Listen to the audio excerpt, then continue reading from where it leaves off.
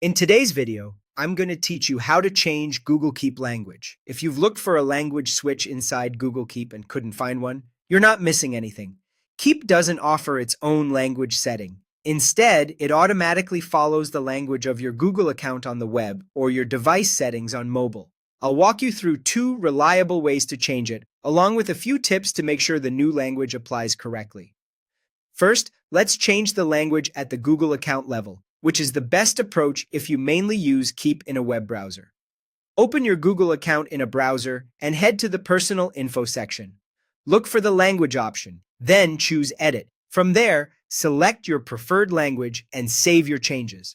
Once you've done that, refresh your Keep tab or close and reopen it if needed. Keep in mind that this adjustment affects your entire Google experience, not just Keep. That means services like Drive, Gmail, and Calendar will also appear in the new language, which is usually what you want for a consistent experience.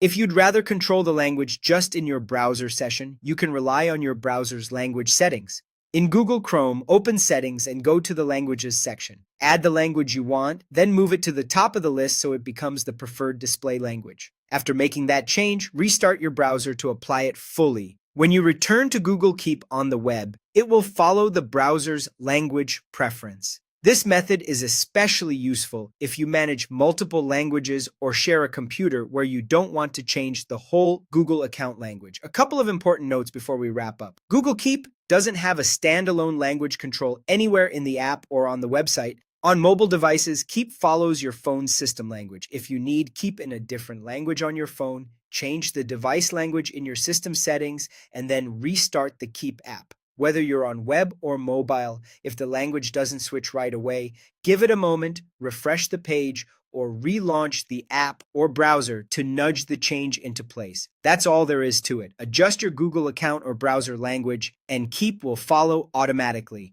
Thanks for watching and enjoy using Google Keep in the language that suits you best.